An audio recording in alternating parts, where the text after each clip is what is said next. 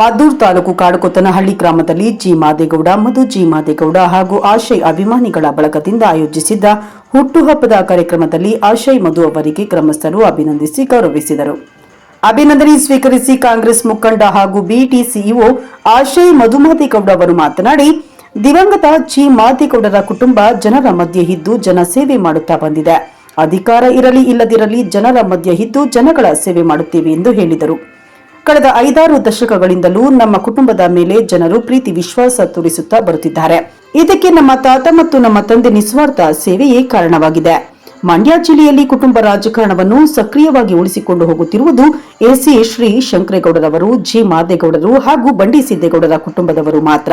ಏಕೆಂದರೆ ಅಧಿಕಾರವನ್ನು ತಲೆಗೆ ಅಂಟಿಸಿಕೊಂಡು ರಾಜಕಾರಣ ಮಾಡಿದವರಲ್ಲ, ಜನರ ಪ್ರೀತಿ ವಿಶ್ವಾಸವನ್ನು ಗಳಿಸುತ್ತಾ ರಾಜಕಾರಣ ಮಾಡಿದ ಕುಟುಂಬಗಳು ಇವು ಎಂದರು.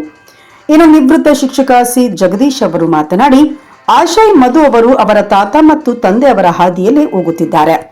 ಎಷ್ಟೋ ರಾಜಕಾರಣಿಗಳು ಹಣದ ಹಿಂದೆ ಹೋಗುತ್ತಾರೆ.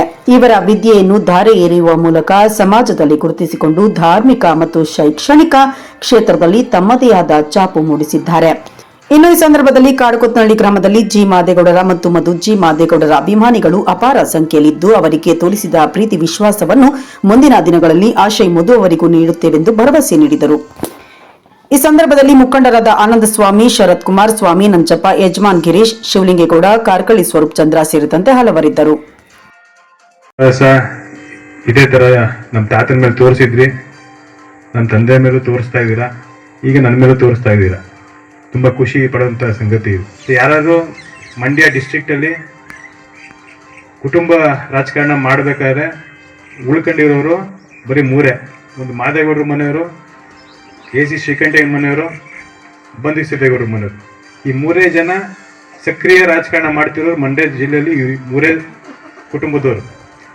ಯಾಕೆ ಇದನ್ನು ಮಾಡ್ತಾ ಇದ್ದಾರೆ ಅಂತಂದರೆ, ಅವ್ರುಗಳು ಯಾವತ್ತೂ ಅಧಿಕಾರ ಬಂದಿದ್ದನ್ನು ತಲೆಗೆ ಹಚ್ಕೊಳ್ಳಿಲ್ಲ. ಗೆಲುವು ಸೋಲು ಏನೇ ಇದ್ರೂ ಜನದ ಮಧ್ಯದಲ್ಲಿ ಉಳ್ಕೊಂಡು ಜನ ಪ್ರೀತಿ ವಿಶ್ವಾಸ ಸಂಪಾದನೆ ಮಾಡ್ಕೊಂಡು ಬಂದಿದ್ದಾರೆ. ಇನ್ನು 20-25 ವರ್ಷದಿಂದ ನನ್ನ ತಂದೆ ರಾಜಕೀಯದಿಂದ ಪಡ್ಕೊಳ್ಳೋದಕ್ಕಿಂತ ಕಳ್ಕೊಂಡಿದ್ದೇ ಹೆಚ್ಚು.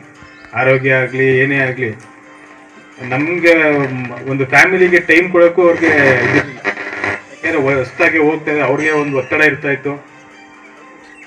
ಆದರೂ ಅವರು ಬಿಡಬಾರ್ದು, ತಂದೆಯವ್ರು ಮಾಡಿರ್ತಕ್ಕಂಥ ಒಳ್ಳೆ ಹೆಸರನ್ನು ಕಾಪಾಡ್ಕೊಂಡು ಹೋಗ್ಬೇಕು, ಬೆಳೆಸ್ಕೊಂಡು ಹೋಗ್ಬೇಕು ಅನ್ನೋ ಉದ್ದೇಶದಿಂದ ಮಾಡ್ತಾ ಇದ್ದಾರೆ. ಇದೇ ಥರ ನಿಮ್ಮ ಪ್ರೀತಿ ವಿಶ್ವಾಸ ನಮ್ಮ ಮನೆಯವ್ರ ಮೇಲೆ ಇರಲಿ ಸದಾ. ನಾನು ದೇವರಲ್ಲಿ ಕೇಳ್ಕೊಂಡಿದ್ದೀನಿ, ಮುಂದಿನ ವರ್ಷಗಳಲ್ಲಿ ಜನ ಪ್ರೀತಿ ಸಂಪಾದನೆ ಮಾಡಿದ್ರು ಅದೇ ಥರ ಜನರ ಪ್ರೀತಿ ವಿಶ್ವಾಸ ಶಕ್ತಿ ಕೊಡೋದು ಕೇಳ್ಕೊಂಡಿದ್ದೀನಿ. ಕಾಡ್ಕೊಂಡು ಬಂದು